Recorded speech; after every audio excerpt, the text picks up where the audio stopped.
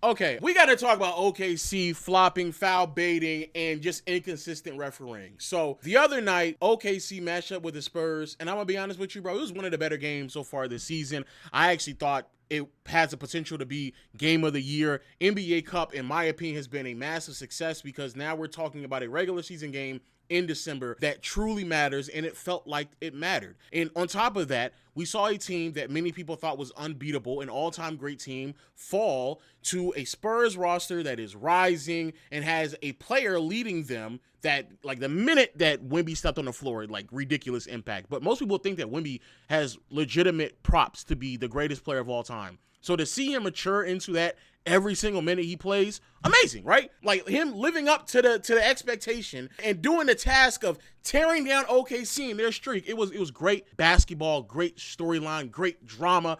But the thing that a lot of people took away from that game was the inconsistent refereeing. And I'm gonna be honest with you, it was pretty bad. It was bad. I can't even lie. One of the biggest takeaways was, like, at the end of the game, Alex Caruso fouled, I think it was Stephon Castle. Yeah, Stephon Castle.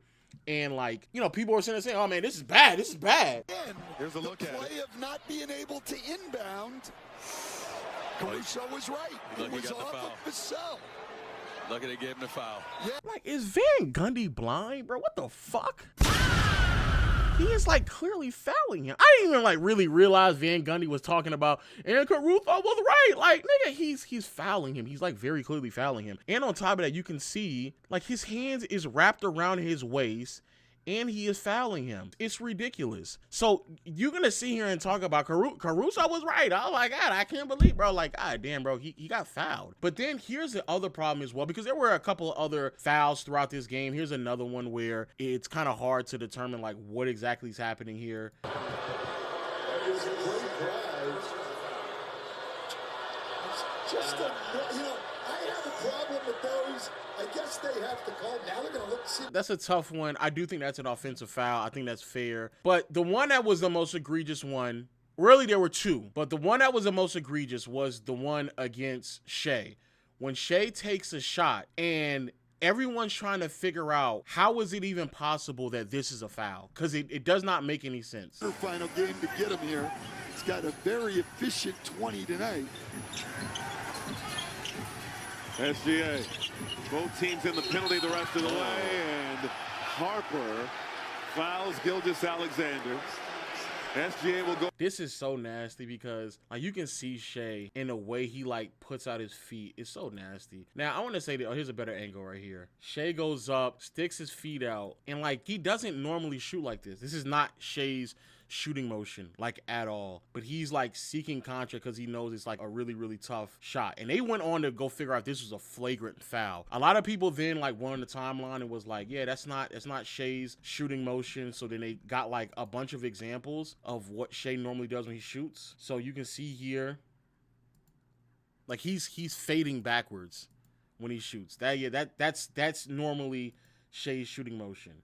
This right here, he's probably going to fade a little bit back because it's AD, so that's understandable. You're trying to shoot over a big, but here we are again, and you're fading backwards. Now, I'm not going to make it seem as if, like, I know everyone's mechanics and so what they try to get off and what they don't try to get off, but this is, like, pretty crazy, especially when you go back to go view it and try to even say that it was like, oh, this is so dangerous. They actually viewed this as a potential, like, flagrant. This is crazy. Like, that's crazy, bro. That's just crazy. So a lot of people, like, took from that, how do you dare, as an OKC fan, bitch and complain about what's going on in terms of the inconsistent reffing, which, to be fair, it was inconsistent all night long, but, like, y'all get the benefit of the doubt all the time. And even, like, at the end of the game, they had a missed free throw, and then Caruso was, like, complaining about, oh man, I got fouled at the end of the game. Caruso didn't think he fouled Vassell on that inbounds play with about 3 seconds left in the game, and then thought he was fouled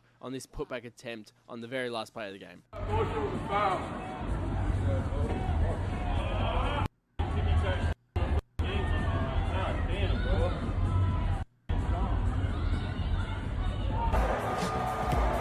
Ticky tag shit when the game is on the line, bro. Man, get the man.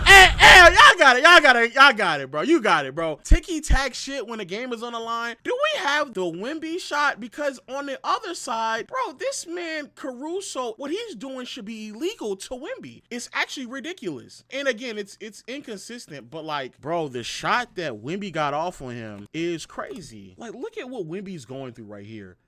Bump.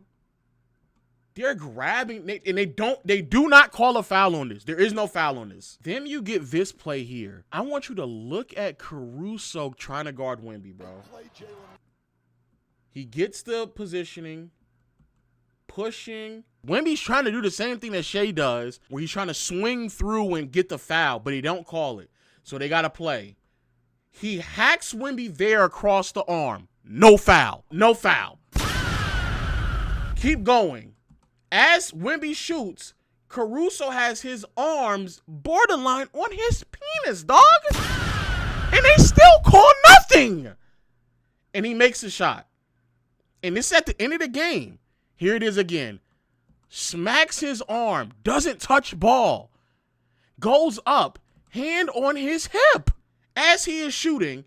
And he still makes it. So when y'all sit here and talk about tic-tac fouls, bro, let's be serious, bro. And now, again, I want to be clear. This is me not attempting to take away who they are as a team. They're an amazing team. Amazing team. What they do defensively is sensational. It's one of the greatest defensive teams I have ever seen in my entire lifetime. Arguably the greatest. But the problem is that when you have on one side players like Cason Wallace, Alex Caruso, and Lou Dort fucking all on your shirt, tugging on your shit, like just going crazy on you, bro. And then on the other side, bro, Shea, if he bumps you, like foul, like he just doing it. Like, bro, what the fuck are we doing, bro? On one side, I'm getting mugged by like 3 niggas, hugged by my waist, like we're about to do a slow jam. And on the other side, if I just push him, it's ridiculous, bro.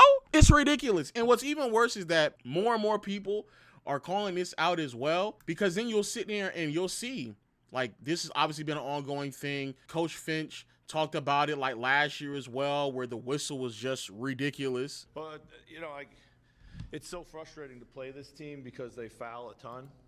You know, they really do. They foul all the time. And then, you know, you can't really touch Shea. And it's a very frustrating thing, and it takes a lot of mental toughness to try to play through it. Craig, I ain't gonna lie. That nigga just said it straight out. Then you have the Pistons head coach, Chauncey Billups. I'm sorry, JB Bickerstaff. Shaq is a fool. Even JB Bickerstaff said something about this as well. They have a guy fall down and trip on his own teammate's foot. They review us for a hostile act. They throw an elbow to our chest, neck area. I asked for him at least take a look at it, right? Just show us the respect to take a look at it, okay? No one would take a look at it, okay? The disrespect has gone far enough, and I'm not gonna allow our guys to be treated the way that they were treated tonight, okay? I tried to have a conversation with official. The official was arguing with Mark. I say his name one time, and he screams at me and tells me that's enough, right? We understand that we play a style of ball. Damn, that's tough.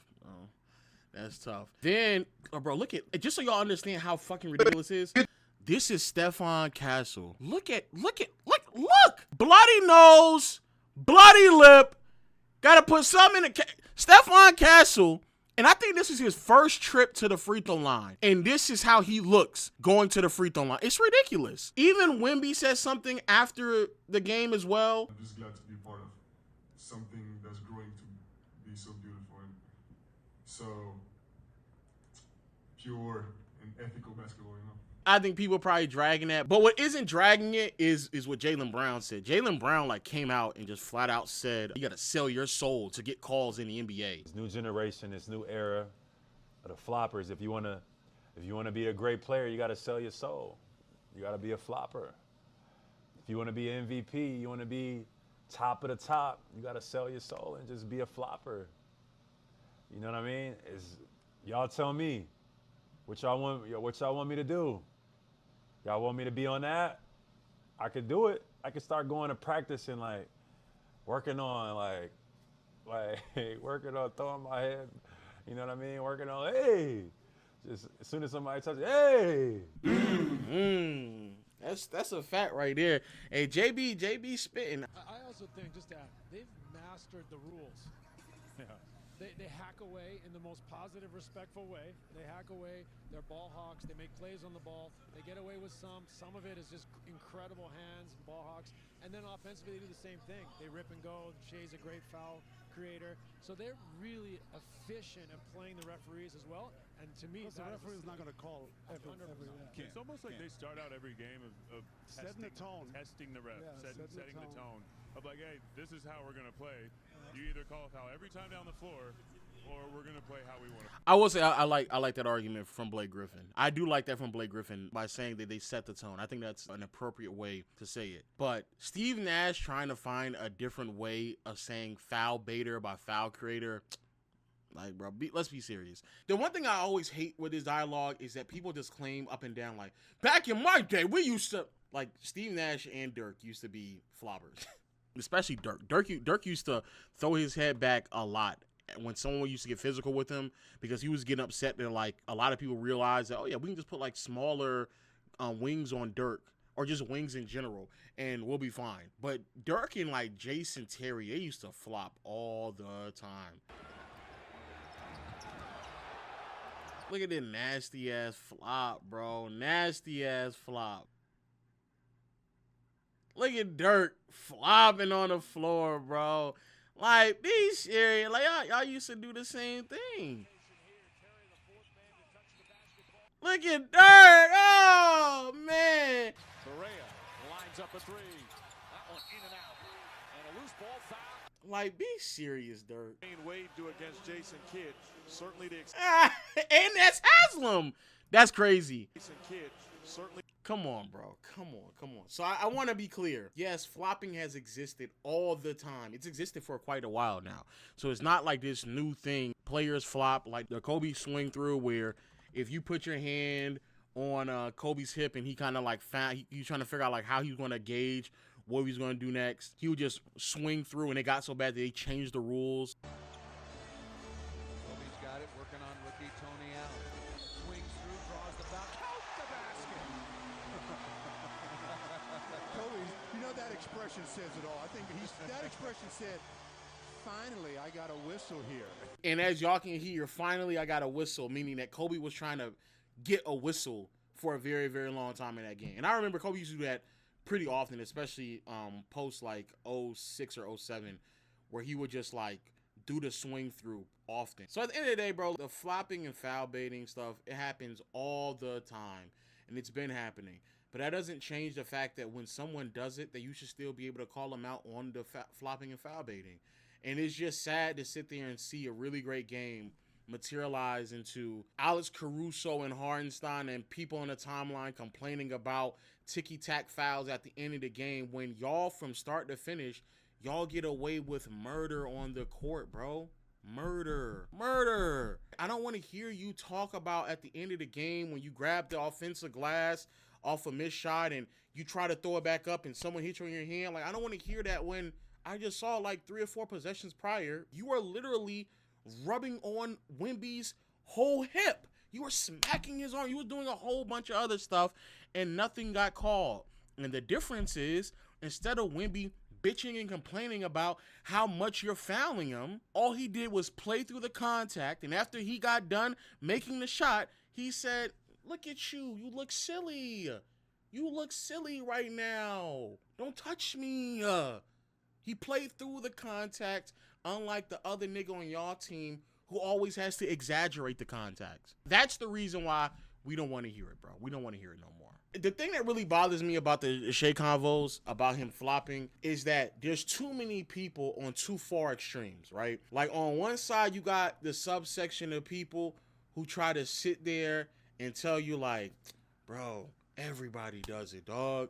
And if you look at how often he drives, according to Synergy, look how often he drives, and he doesn't even get to the free throw line that often. And if you complain about him, well, what about Luka and Austin Reeves? And Giannis gets to the free throw line more than he does. It's like, bro, respectfully, I don't want to hear that shit, bro. I don't want to hear that shit. I don't want to sit here and hear you yapping about niggas driving percentages, bro.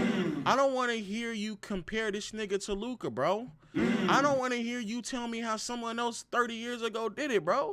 I don't want to hear you tell me how everyone in the league is doing it. Because at the end of the day, they don't change shit about Shea doing it himself. Shea is doing it. So you telling me about how often he drives and, oh, look at his free throws and contests or something. Nigga, we're not talking about that. Does he or does he not flop? Point blank, period. Answer the question, my nigga. Answer it. And he does. No one's not saying, or at least we shouldn't be saying, that the only reason why he gets to the free throw line is because he flops. No, Shea gets fouled. And I do think Shea he plays basketball a way in which it is very difficult to defend him. He does bait people into fouling him. His change of direction is really, really great. I'm not knocking that, but I do understand there are people on the other side of the spectrum who also speak hyperbolic. They make it seem as if like Shea, the only thing he does is flop. That's like on the both sides of the extremes, it's crazy. But there is a middle where we can acknowledge that even though, yes, Shea does drive a lot, he still flops. And we can also acknowledge that even though Shea flops, that's not the only reason why he scores a lot of points. Shea is a very talented ball player. And from it all, it's frustrating to watch a team mug you on one end, and on the other end, there's a player handling the ball and basically can do anything he wants to do with it. And if you breathe on him the wrong way, he's, like Jaylen Brown said, bro, he's sitting there like, you're practicing your flops. And I do think that there's other players in the NBA like Luka and like Reeves. I'm a Laker fan. I see them do it all the time where you're trying to sell contact and it gets old. But the problem is when it comes to the Lakers, and not really a problem, the reason why it's not that big of a deal, well, it actually is a pretty big deal, I'm gonna be honest with you. But the reason why it's not as big as a deal as OKC is because the Lakers defense is just so bad that like anybody can just walk in the paint at any point in time. It's frustrating knowing that Caruso, that Dort, that Kaysen, that all these players are fouling you on one end, and then on the other, you can't touch Shea. And Shea is doing things to bait you into fouling him, even if you are in proper position. You're not doing anything to foul him, and yet here he is just seeking contact so he can just get himself on the free throw line. It's ridiculous. And so, yes, I want to be clear, bro. Everyone does it. Congrats to the Shea fans out there who sit there and say, oh, well, what about Luka? Like, yeah, he does it. Like, cool. We get it, bro. He does it. Luka does it. Reeves does it. D-Wade did it. Manu did it. I even think Kobe and Jordan did it as well. Reggie Miller, he certainly did it. Like, there's players throughout the course of NBA history who flopped. But even when they did it, that shit is corny. Like, it doesn't matter who it is. That doesn't change the fact that you do it. To the people, the analytic crowd out there who telling me about, according to Synergy, his drives and how often he touched the ping, respectfully, shut the fuck up, bro. Put the fucking calculators down, my nigga. Put the calculator app down and watch the basketball game. We all watch this nigga flop. We watch him do it. I do not care. And you comparing this nigga free throw attempts to Giannis is fucking stupid because people foul Giannis on purpose. They do that on purpose. They don't foul Shea on purpose. Oh, man, if you compare him to there's other players like Shaq and Giannis in MVP years, they like, who gives a fuck? We know that people are fouling them purposely. Shea is a 90% free throw shooter. Giannis is sitting there muscling through people and they're wrapping their arms around him to prevent him from getting an easy two and sending him to the free throw line because he shoots 60-some% at the charity stripe. No one's not doing that to Shea. So yes, we can acknowledge that as well. But again, on the other side of the spectrum, that's not the only reason why Shea is really great. He's a really great basketball player who does a lot of things that are very crafty that I think people should be able to do because they've been doing them to take advantage of the rules. But I do believe at some point, bro, the NBA has to like step in and kind of dictate what's happening because it gets out of hand sometimes, bro. There's times where it's like excessive and it's like, is anybody ever going to say anything? Is anybody really going to like step in? And the fact that more and more people around the league are acknowledging this as well, like, bro, like we dragging it right now. Y'all doing a bunch of flopping. It's excessive and it's cool. You know what's so crazy? I'd rather everybody else be able to play defense like OKC. I would rather that. I would actually rather us to play defense like that again. I think that's a great thing for the NBA. There is a threshold of defense that can be allowed while making the game entertaining because that game was a defensive-oriented game, and the resistance of being able to score and not score is what makes things more interesting. So allowing teams who play defense would be fantastic. If everybody defended like OKC and got physical like that, it would be great. But I also don't want people to continue to be rewarded for flopping just because someone may have like put their hands on their arm. And it's like, bro, come on, bro. Come on.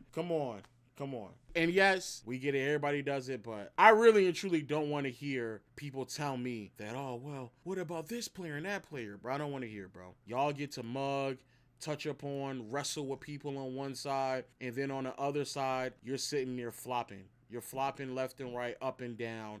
And we just can't play the same basketball. We just can't. But y'all let me know your thoughts, bro. Y'all let me know your thoughts. Also, if you're still here, you probably want to know, yes, go follow me on Twitch, Legend of Winning. Playback has concluded, so we're now going to be on Twitch. I haven't set things up right now. That's why there's no chat on this side. But yeah, we will be on Twitch moving forward, reacting to games and reacting to stuff like this. So make sure y'all follow me over there.